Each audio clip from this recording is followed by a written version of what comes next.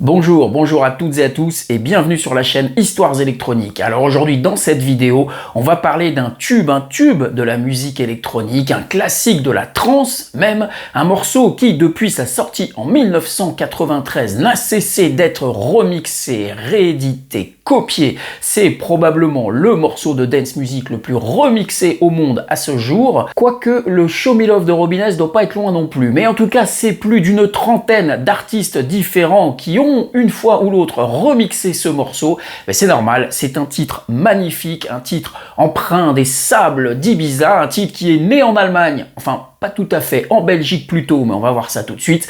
C'est le fameux Café Del Mar. Bienvenue sur la chaîne Histoires électroniques.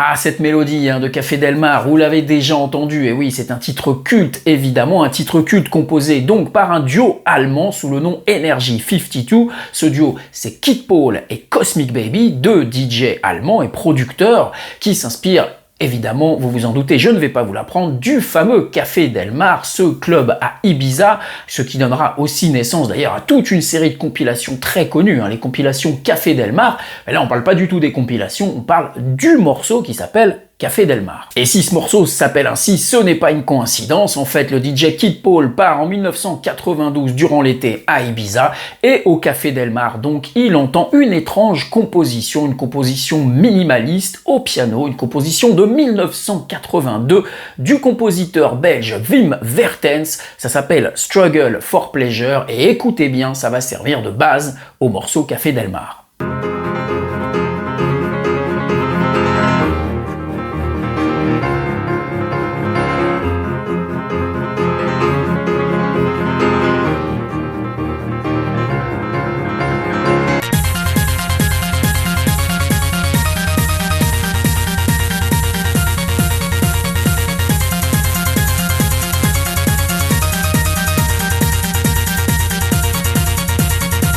Ah oui, c'est très proche comme mélodie et comme composition. Et bah oui, c'est proche, il s'en inspire beaucoup. Kid Paul revient en Allemagne en septembre, va voir son pote Cosmic Baby et lui dit « Écoute, là, il va falloir qu'on fasse un truc qui ressemble à ça, qui s'en inspire, il faut qu'on fasse un morceau de trance. » Ils vont travailler 4 mois sur ce morceau. Cosmic Baby l'explique dans une interview, ils sont extrêmement perfectionnistes, surtout Cosmic Baby. Il veut que le morceau soit parfait et soit excellent à tout point de vue, dans le moindre détail. Faut pas que ce soit pas mal, il faut que ce soit excellent. Le morceau va sortir en janvier 1993 sur le label IQ. Et d'ailleurs, il va y avoir un petit problème à cette occasion, c'est que le label sort le maxi 45 tours sans l'autorisation des auteurs. Le contrat n'est pas encore signé. Le disque sort, ça commence à être un joli carton, les DJ le jouent, mais voilà, le groupe décide de porter plainte, de porter l'affaire en justice, parce que le contrat n'a pas été signé, donc ils ont sorti le titre sans leur autorisation, et les voilà devant un gros dilemme, à savoir que à cause du procès, le disque doit être retiré des ventes. Or, il se trouve que le morceau cartonne et que tout le monde veut l'acheter. Bref, tout cela va s'arranger par la suite. Ça n'empêchera pas le morceau de devenir un titre culte de la trance dans les années qui viennent. Et surtout, le morceau va connaître une seconde vie et va devenir encore plus populaire en 1997. Et oui, car le titre devenant déjà un classique du dance floor va être signé dans nombreux pays sur d'autres labels, notamment Banzai en Belgique, mais en Angleterre, c'est le label Hoortunes qui va signer ce disque en 1997 et qui va sortir à cette occasion un remix, le remix de 3-in-1 qui fera office de référence pour ce morceau.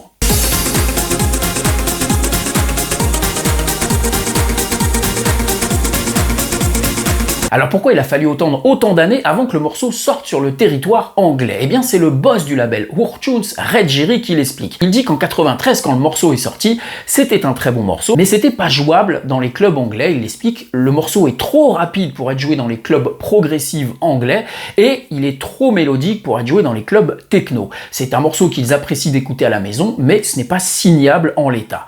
Et puis en 1995, le label se dit que c'est le bon moment pour le signer, c'est le bon moment pour le sortir en Angleterre. La musique a un peu évolué sur le territoire, mais ils se disent aussi que ça serait bien qu'il y ait des remixes et qu'on ne se contente pas de la version d'origine. Et là, ils vont mettre 18 mois pour trouver le bon remix. Ils ne comptent plus le nombre de remixes et d'artistes qui ont tenté de remixer Café Del Mar à cette époque. L'accord que vous entendez, l'espèce de petite mélodie, est très compliqué à remixer, et il le dit à chaque fois, les remixes tombaient à côté. C'était pas assez énergique, c'était pas assez impactant, il manquait un petit truc. Et par hasard, en 1997, eh bien, il croise Sharam J, qui est aujourd'hui un artiste plutôt d'électro et de tech house, et bien à l'époque faisait partie du groupe 3N1, qui est un groupe de trance. Et Sharam J va proposer sa version de Café Del Mar sans qu'on lui demande. Il dit tiens, voilà, j'ai fait un truc, écoute ça.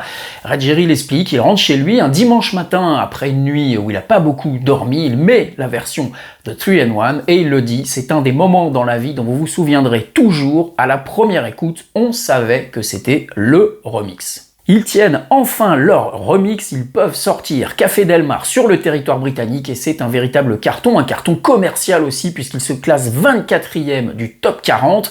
La BBC d'ailleurs, en 2011, sur Radio One, demande à ses auditeurs de classer les 20 meilleurs titres dance de ces 20 dernières années. Il propose 50 morceaux, et le titre qui va arriver numéro 1 de ce classement, c'est Energy 52 Café Del Mar, la version de 3N1, qui sera qualifiée de meilleur titre dance de ces 20 dernières années en 2011. D'ailleurs, le label fera encore mieux, puisque l'année d'après, en 98, il y a de nouveau un remix qui sort, cette fois-ci de Nalin & Ken, qui lui se classera 12e du top 40 à un an d'intervalle, deux versions différentes qui rentrent dans le top 40.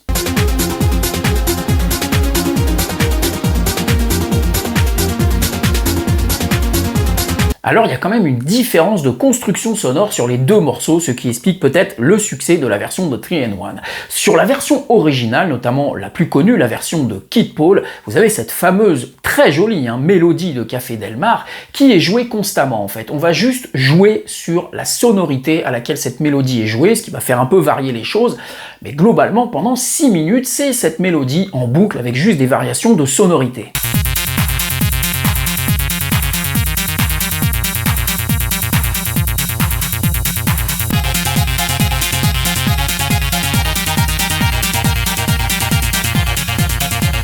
La version de 3N1, elle, est beaucoup plus progressive. Pendant toute la première moitié du morceau, vous n'entendrez pas la mélodie de Café Del Mar. Vous entendrez juste un accord avec deux petites notes, toum toum, toum toum, qui vont se mettre en place progressivement pendant près de 5 minutes.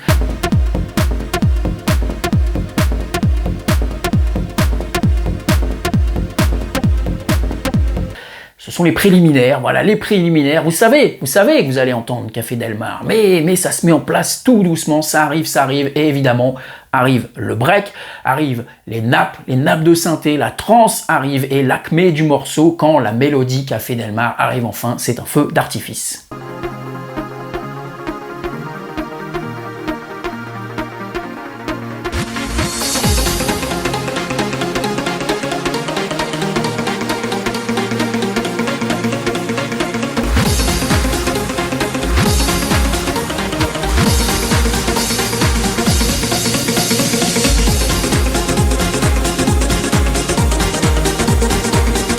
Mais revenons-en à la version originale, donc de Energy 52. Les crédits sur cette version sont quand même assez flous, on a du mal à s'y retrouver.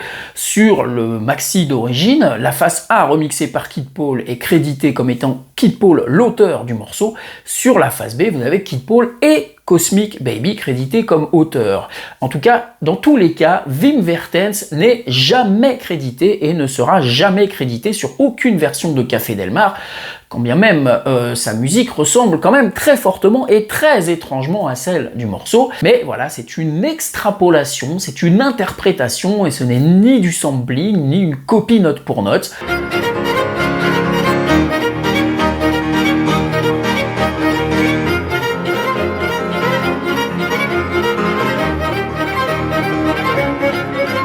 Les crédits donc entre Kid Paul et Cosmic Baby alternent au gré des éditions, en fonction des labels et en fonction des remixes. Des fois vous trouverez l'un ou l'autre mentionné ou crédité. Bon, il est fort à parier qu'ils ont quand même travaillé tous les deux sur ce projet, et surtout Cosmic Baby. Cosmic Baby est un pianiste classique de formation et toutes ses compositions sont quand même empreintes de grandes mélodies. Il y a une grosse recherche musicale sur ces morceaux. En 1993, c'est un artiste phare de la scène trance. Il a beaucoup de titres culte à son actif, beaucoup de titres qui cartonnent. Alors déjà, on peut citer Heaven's Tears, c'est un titre magnifique de Cosmic Baby, pareil d'ailleurs, qui ressemble étrangement à Café Del Mar, avec une construction sonore similaire, un accord comme ça, qui va être joué et qui va monter dans les tonalités.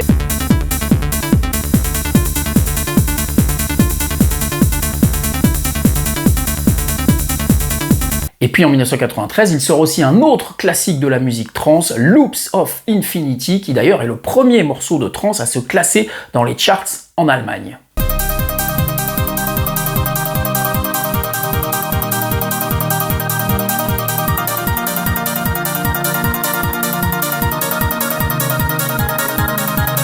Et ce n'est pas fini, car il va collaborer aussi d'ailleurs avec un grand nom de la trance, Paul Van Dyk, sur le groupe The Visions of Shiva. Ils feront que 2 morceaux, mais 2 morceaux qui seront tout aussi cultes dans le milieu de la trance, c'est Perfect Day et How Much Can You Take.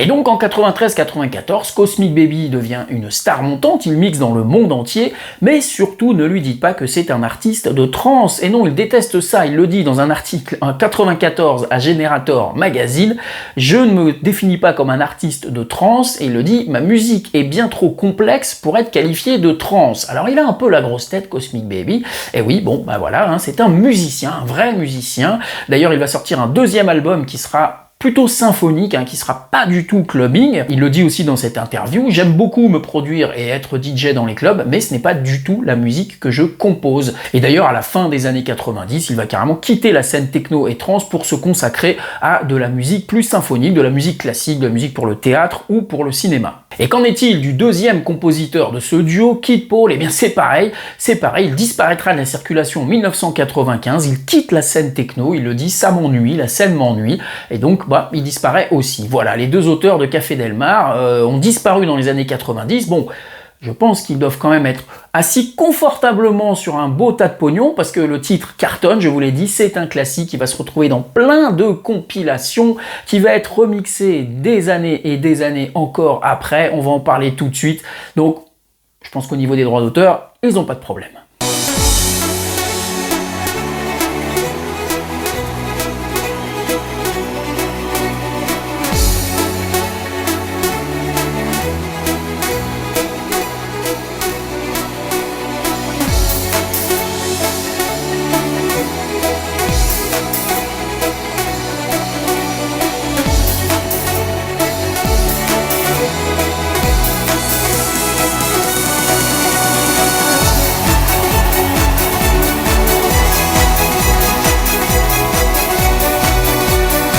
Alors justement, les différents remixes de Café Del Mar. Jusqu'en 1997, il n'existait quasiment que la version d'origine, et encore, il n'y a pas de version originale de Café Del Mar, puisque dès le départ, vous aviez soit un remix de Kid Paul, soit un remix de Cosmic Baby. Il n'y a pas vraiment de version originale. Bon, vous aviez aussi un remix de Ralph Hildenbeutel, ce compositeur qui écrit aussi pour Sven Väth, le Porte de Bagnolet mix.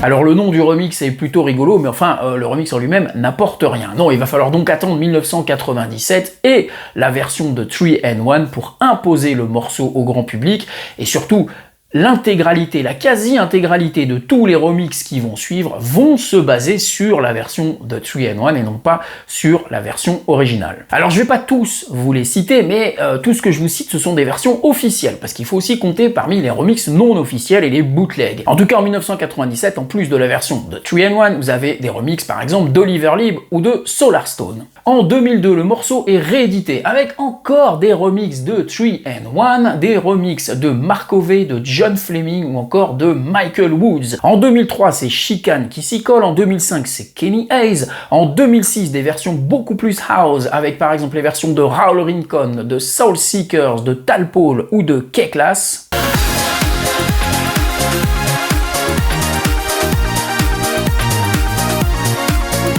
En 2008, on est dans une vague Electro House, donc des remixes Electro House, notamment de Whelan et Discala, de Deadmau5 ou encore de Dabruck & Klein.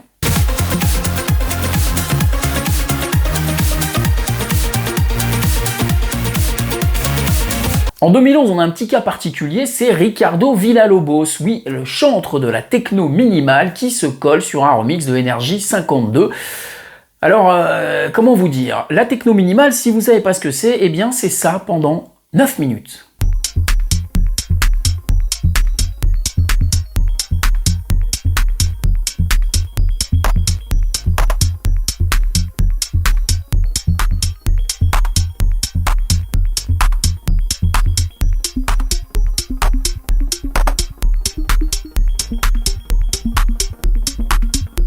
Voilà, 9 minutes de ce petit truc, ces petits blips. Vous allez à peine reconnaître la mélodie de Café Del Mar. Alors certains apprécieront peut-être, là je trouve qu'on est vraiment dans la caricature de la techno minimale. C'est l'un, pour moi, des plus mauvais remixes d'Energy 52 à ce jour. Et ça continue, hein. En 2014, c'est Pollock & Fall.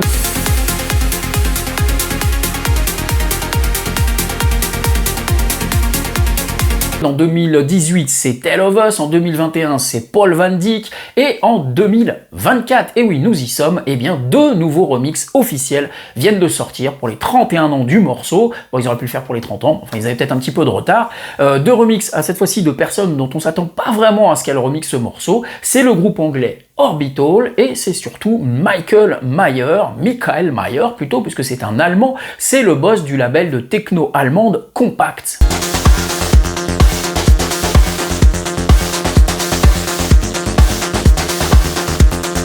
Et c'est plutôt étonnant, et même lui le dit dans une interview, il a été très surpris qu'on lui demande de remixer ce morceau, qui n'est pas du tout dans son univers musical. Un Compact, c'est de la techno quand même assez underground, parfois minimale, et donc il se dit, bah pourquoi est-ce qu'on m'a demandé? Je ne sais pas, mais en tout cas j'avais carte blanche, ça n'a jamais été un de ses morceaux favoris, mais il préfère, il dit à la limite, je préfère remixer un morceau que je n'adore pas, parce que les morceaux que j'adore, les morceaux qui sont mes favoris, bah c'est qu'ils sont déjà parfaits, donc je vais pas les rendre plus mauvais, alors que là, je sentais que j'avais toute l'ampleur pour faire ma version, la version de Michael Mayer. Et si je vous en parle, c'est qu'elle est plutôt bonne, sa version. Elle vient de sortir, on est plus dans un trip acid house, techno underground, mais avec quand même cette mélodie de Café Del Mar qui arrive et qui revient et qui repart. C'est pour moi cette version, si l'on accepte celle de Ricardo Villalobos, qui est, je trouve, la plus originale et qui vraiment marque sa différence par rapport au tas de remixes que vous pouvez entendre de Café Del Mar.